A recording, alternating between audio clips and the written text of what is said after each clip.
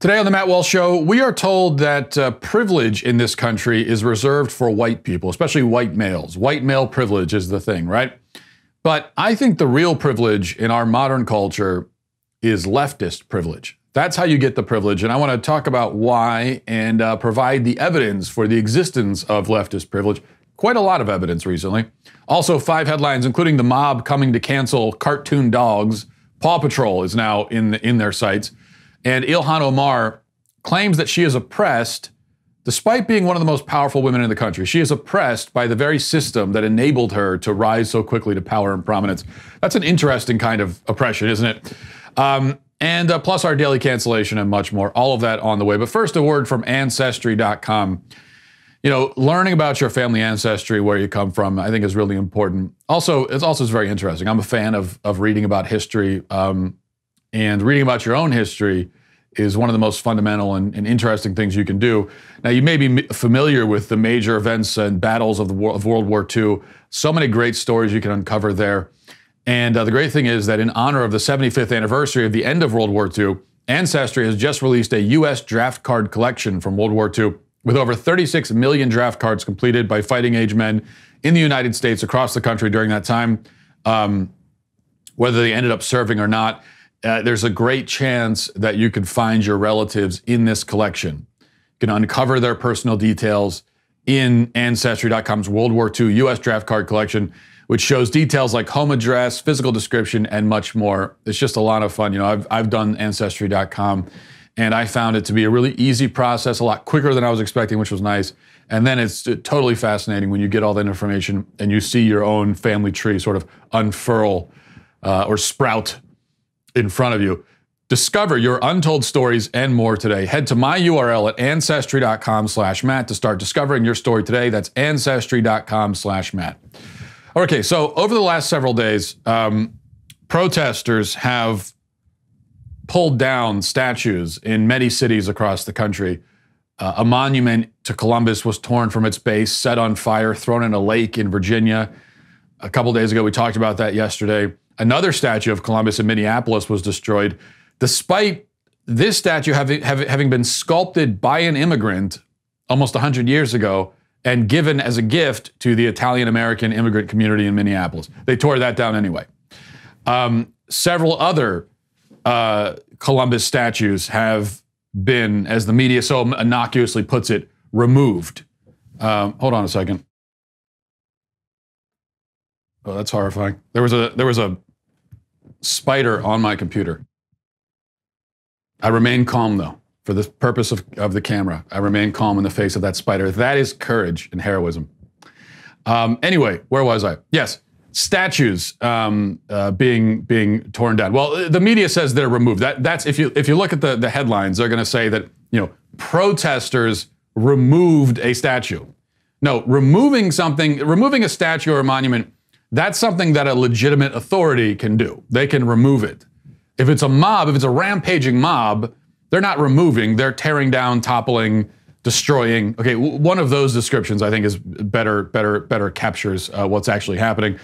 Confederate monuments, of course, have been toppled as well across the country.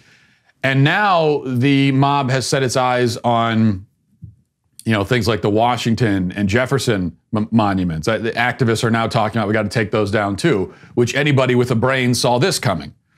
And I would just caution any member of the mob to be careful felling those monuments, especially when you consider that one member of the mob in Virginia was critically injured last night pulling down a statue because it fell right on his head. And cracked his skull open, and he's, I think, in critical condition in the hospital. Lucky to have survived, if he does ultimately survive. Yet, there's something rather conspicuous missing, especially when you consider actually, on top of the fact that this is a crime, it's also dangerous. These are very heavy things that are being torn down by people who don't necessarily have expertise in removing large objects from spaces like this. So there's something missing in all these videos of the crazed mobs tearing down statues and monuments. The thing that's missing, of course, is besides common sense and decency and a respect for history and a respect for property. Besides all that, the other thing missing is law enforcement. And I know it's kind of a silly question to ask at this point, but still, where are the police while these vandals destroy public property, tear down priceless works of art that have stood in some cases for a century or more?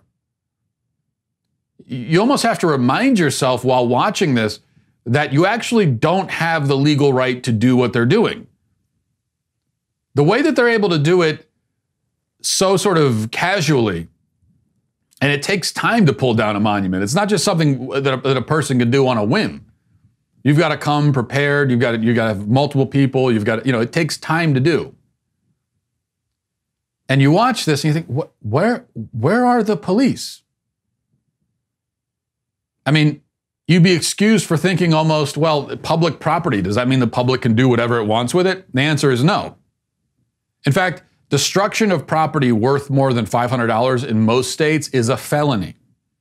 These statues are worth way more than $500. These statues are worth thousands, hundreds of thousands of dollars, probably in some cases. So these are felony crimes that we're witnessing.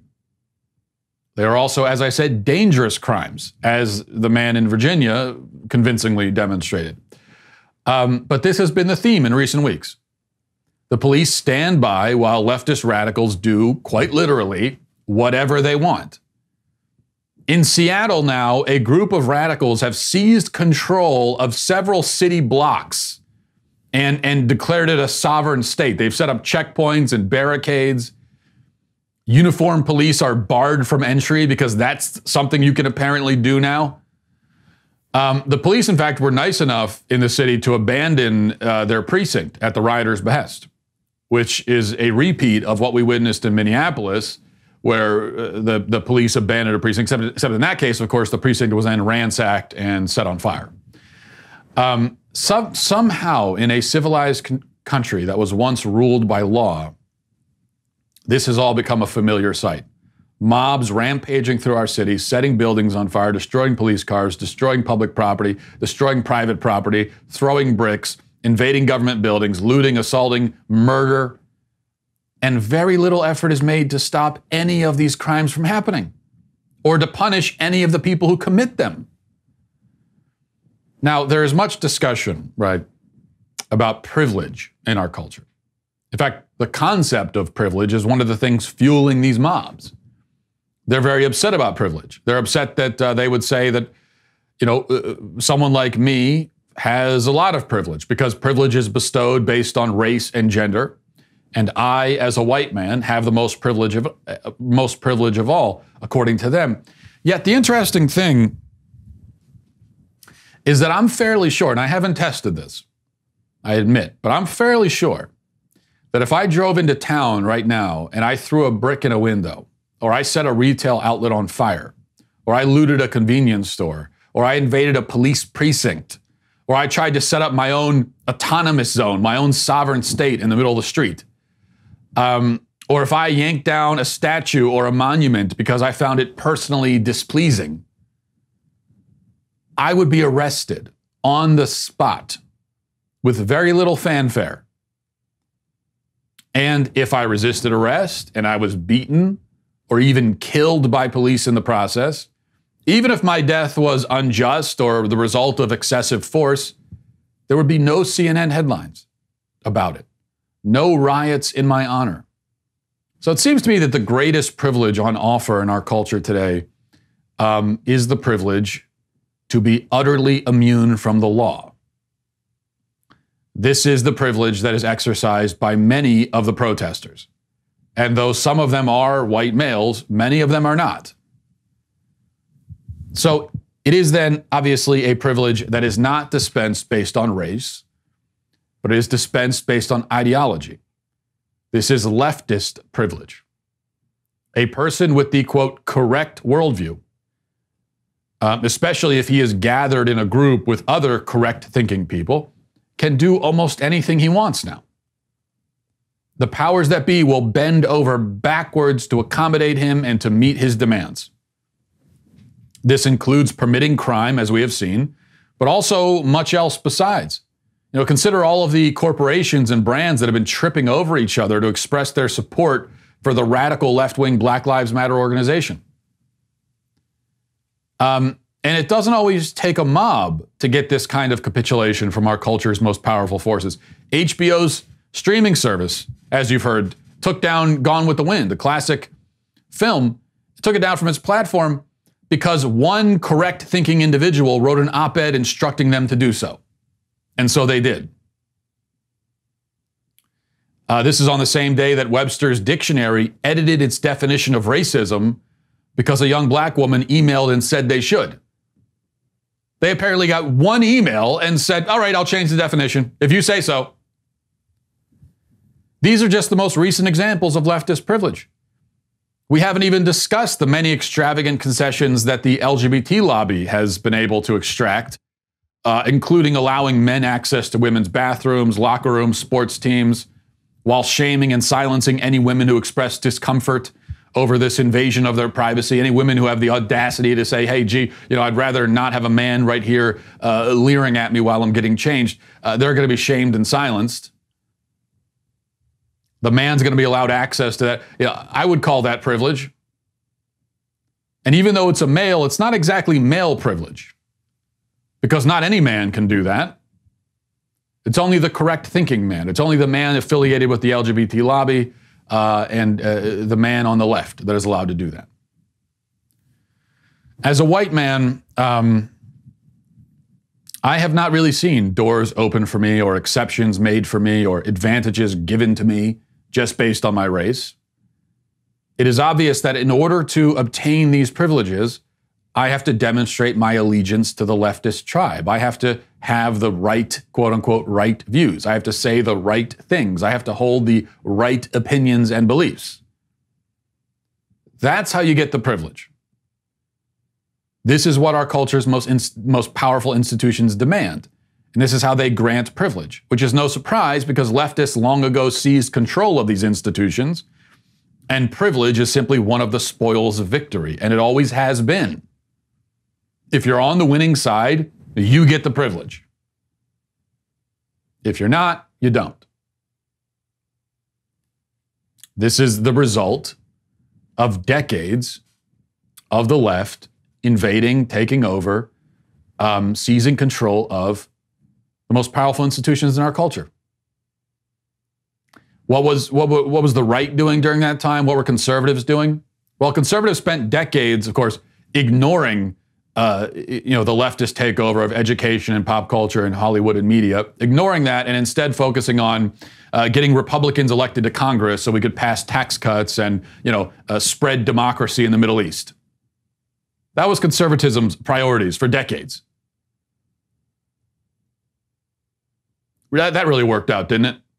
That worked out really well. But that's how privilege works. And that to me seems pretty obvious now. Let's move on to headlines. There is now apparently a backlash brewing against the show Paw Patrol, which is a show about cartoon dogs. Also, the show that my 3-year-old is obsessed. Every 3-year-old in the country is obsessed with Paw Patrol. Leftists are now targeting the show because of its positive portrayal of police. Now, the police are dogs in this show, but, that's a problem too, apparently. And this in spite of the fact that Paw Patrol sent out a tweet a few days ago bowing at the BLM altar, as you are required to do, and expressing their submission and obedience that is required of them. Here's a tweet from Paw Patrol. Again, this is a cartoon show about crime-fighting dogs. And this is what it says. In solidarity of Amplify Melanated Voices, we will be muting our content until June 7th to give access to Black voices to be heard so we can continue to listen and further our learning. Hashtag Amplify Black Voices. And then there's a black box that says muted and listening. So this is a thing now where white people or even cartoon dogs who are honorary white people, I suppose, are expected to stop talking so that black people can talk. Muted and listening. Now, how exactly are black people prevented from talking just because other people are talking as well? I don't know. This is a country of 330 million people. Everybody's talking all the time. You're not going to be the only one talking. Doesn't matter what your race is. I mean, how are you persecuted or oppressed by the fact that not everyone in the country is shutting up while you talk? And better question, how are black voices amplified specifically by the fact that Paw Patrol's Twitter account didn't tweet for 5 days? How does that work? Well, it doesn't work. It's all nonsense, of course, but this is just the ritualistic self-flagellation required by the religion of leftism, according to their high priests and prophets. And even though the cartoon dogs did their part, performed the ritual, you know, they're still going to be sacrificed because even cartoons cannot escape. Also, by the way, the shows Cops and Live PD have both been canceled. Why have they been canceled? Because of its positive depictions of police. So this is the game, of course. The left is trying to build a narrative, has built a narrative, constructed a narrative about thug police who are villainous and violent and are out, killing people left and right. That's the narrative. And they're not going to allow for anything that contradicts that narrative. They want to make sure that anytime you see police on TV is always in a negative context. And then they can turn around and say, hey, most police are bad. Just turn on the TV. All you're ever going to see is bad police. Clearly, most police are bad. What they don't mention is that the only reason you only see bad police is because they won't allow you to see anything else other than that. Number two, Ilhan Omar was speaking. I believe this is at a rally in Minneapolis, but I don't really know. Doesn't matter. Anyway, this is what she had to say. What I do know is that for the last 25 years, I have lived as a black person in this country. I have lived as a mother raising black children. So I do know what it means to be black in America. I know what our young children go through because I was an adolescent interfacing with the police department here in Minneapolis.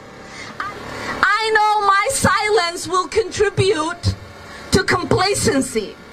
And I know that none of you fought so hard to get me elected so that I can co-sign on a system that continues to oppress us. It's interesting, really. Ilhan Omar is an immigrant woman, came to this country, despises this country, despises most of its inhabitants. This is a woman just filled with contempt. You can hear it every time she speaks. She hates a lot of people in this country, really hates them. And yet, as an immigrant woman, a racial minority, quickly rose to a position of power and prominence. She's only, I think, 37 or 38 years old. One of the youngest members of Congress. She achieved that, okay, to her credit. But the system was set up in such a way as to make it possible for her to achieve that.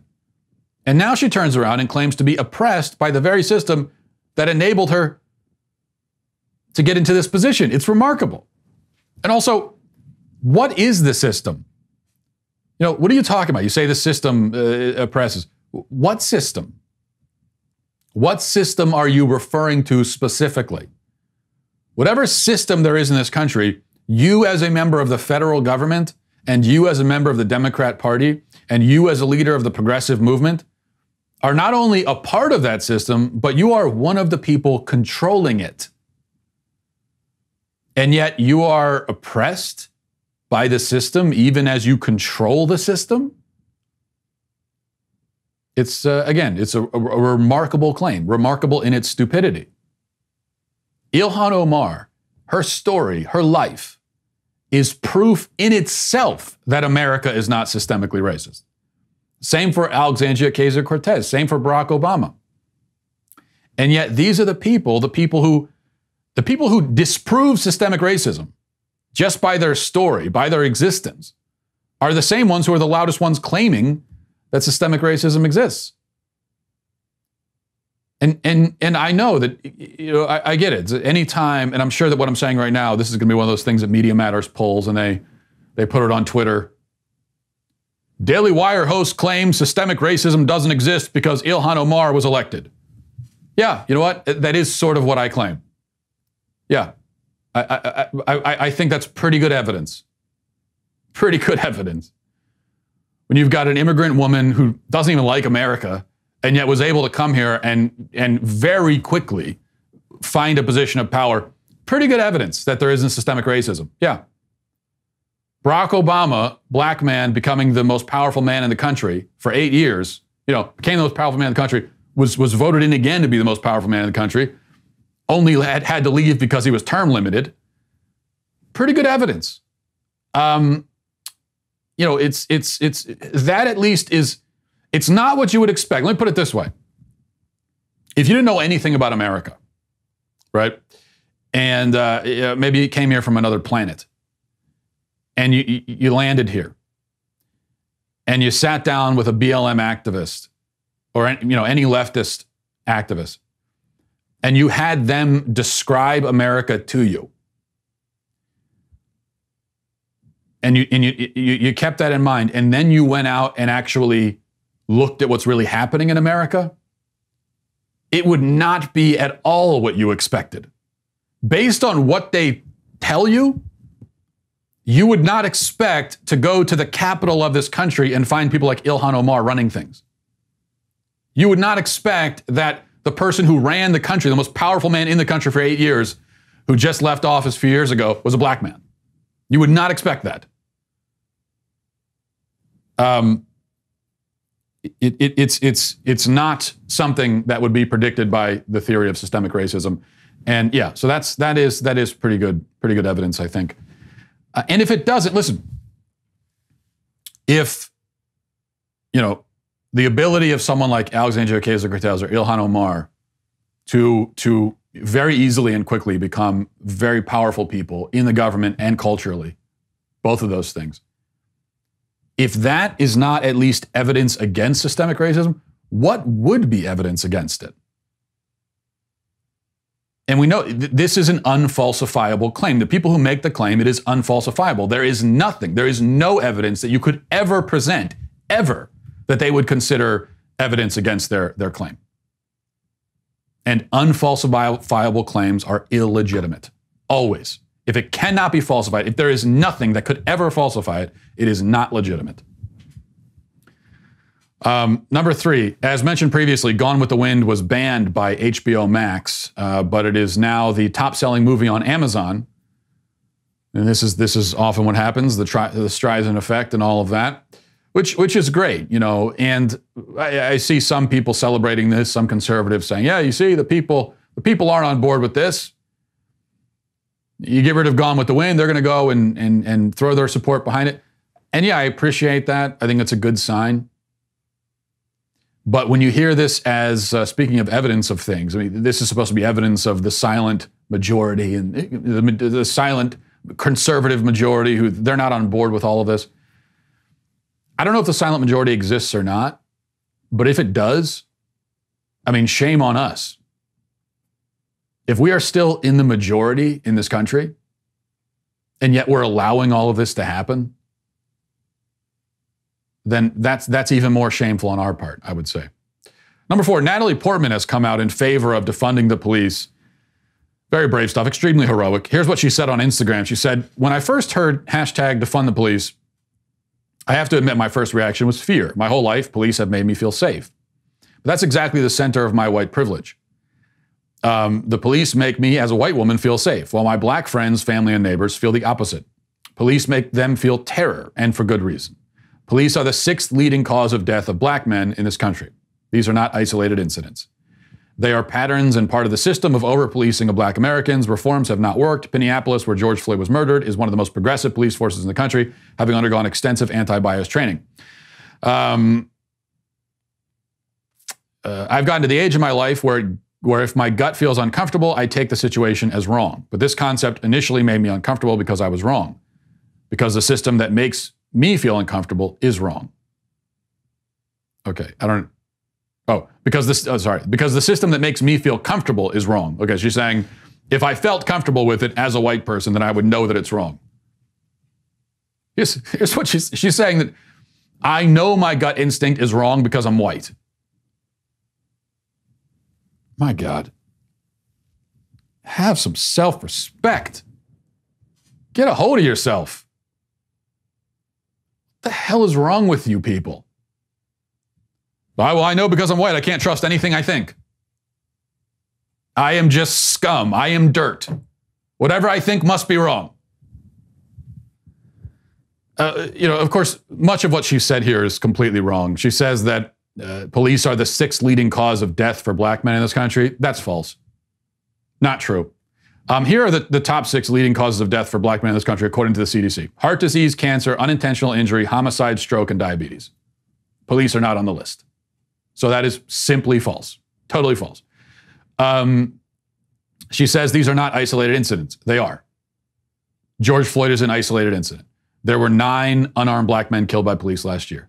In a country of 330 million, I would call that an isolated incident. Yeah. I mean, that's almost as isolated as it can get. And then, but here's the real irony here. She says that because of her privilege, because she is aware of her privilege, she is supporting defund the police. But no, that is a very privileged point of view. She is an extremely wealthy woman living in a very rich neighborhood.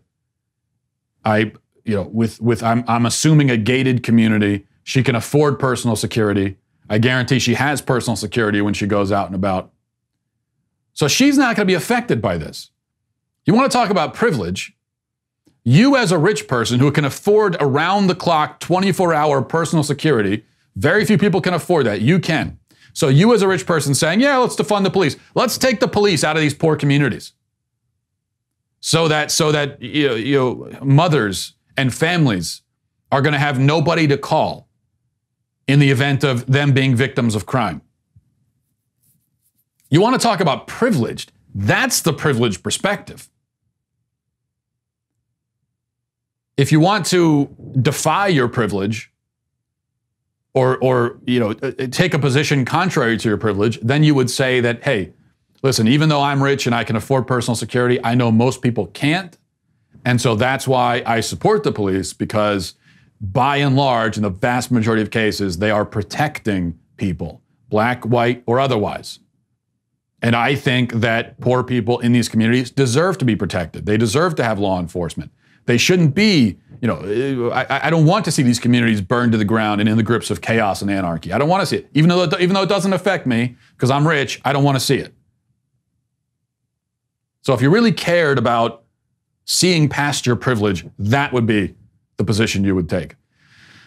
5, finally, speaking of Instagram, white influencers on the site are showing their solidarity with Black Lives Matter by posting blackface photos of themselves. Surprisingly, noted Instagram influencer Ralph Northam has yet to join this trend. But here's one example of it. Here's this one that was posted. And the caption says, "I wish I was black. Today more than ever. Sending my love and full support to the people who demand equality and justice for all races anywhere in the world. Hashtag no justice, no peace. Hashtag George Floyd. Hashtag Black Lives Matter. Hashtag USA. Hashtag police state. Hashtag white supremacy. Hashtag Enrica. Hashtag justice. Hashtag peace. Hashtag love. Hashtag color. Hashtag race. Hashtag black. Hashtag strange fruit." And then she's got that picture there. I don't know if that's a blackface photo of her or it's just another photo that she found of somebody else. And maybe it's not blackface. I don't know. But I wish I was black today more than ever. Shockingly, this did not resonate. And that, again, is the great irony that all of these pathetic white people self-flagellating and expressing their self-loathing and talking about how horrible they are and everything, it almost always backfires. Okay, finally, let's go to our daily cancellation. Before we do that, there's so much going on in the news this year. Hard to know where to even begin in trying to sort through all of it. And then, of course, you have the left-wing media constantly lying about it and pushing their agenda. You can't trust them.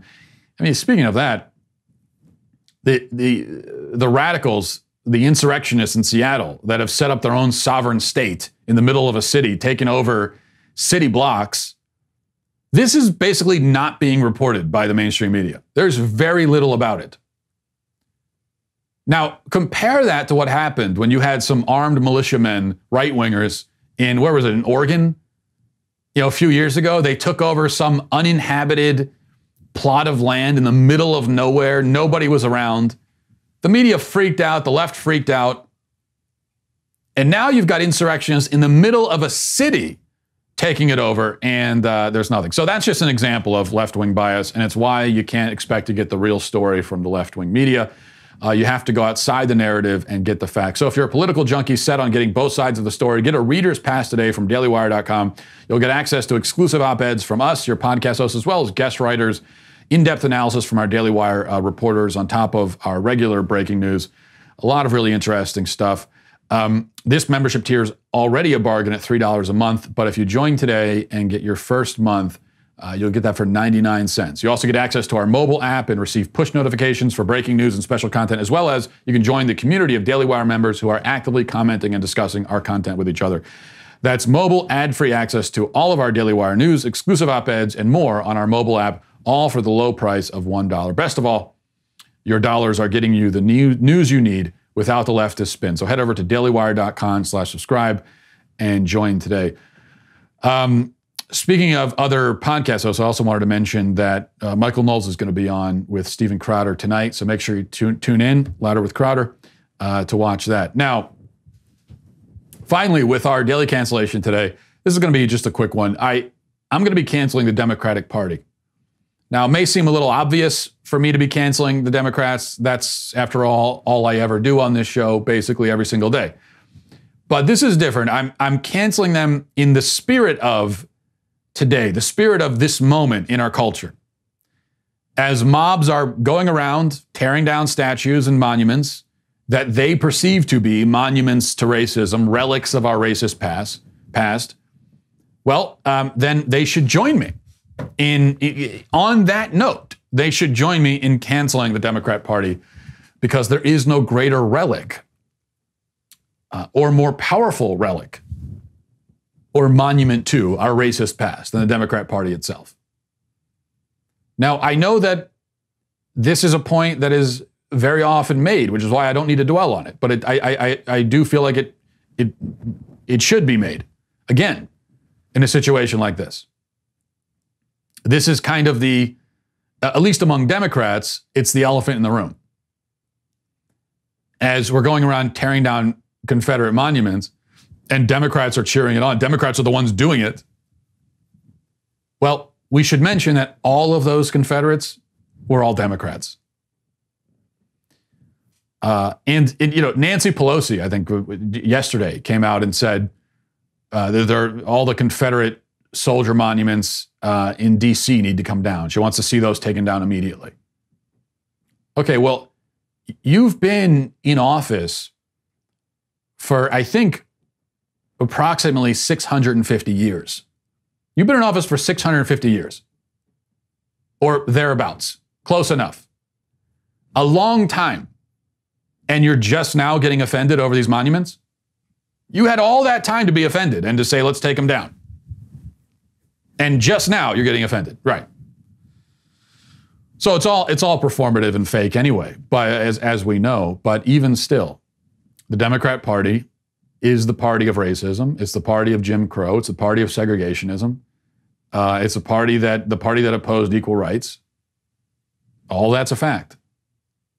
Now, you could try to claim that they've changed their ways and it's very different, and basically the Democrat Party and Republican Party switched places at some point somehow. Not exactly explaining how that worked, but that's what you can claim. And it's not like that anymore. Now, I think that's wrong, actually. I think the Democrat Party still is victimizing minority communities. Supporting, for example, abortion, which, as we've discussed this week, has wiped out many millions of minorities. The abortion industry, which especially targets poor communities, which are very often minority communities. So I don't think the Democrat Party, when it comes to racism and when it comes to their treatment of minorities, I don't think they've changed that much, actually. But whether they have or not, a statue's not hurting anybody. It's not like the statue is out actively oppressing anyone. So it's not enough to say that the Democrat Party, they're not like that anymore. They're not actively harming minorities now. Again, I think they are, but even if they aren't, well, the statue's not harming anyone either. It's just a statue. So if this is all about tearing down based on history, based on something's history, what it's rooted in, then I think you cannot exempt the Democrat Party. The Democrat Party should be canceled, torn down. If the left wants to make a new political party, but the Democrat Party, I think its history of racism is just too offensive, too traumatic, and should be canceled on those grounds. So I trust that in this cancellation, the left will join me if they really mean what they say, which of course means that they won't be joining me at all. But I thought I'd try. And we'll leave it there for today. Thanks for watching, everybody. Thanks for listening. Godspeed.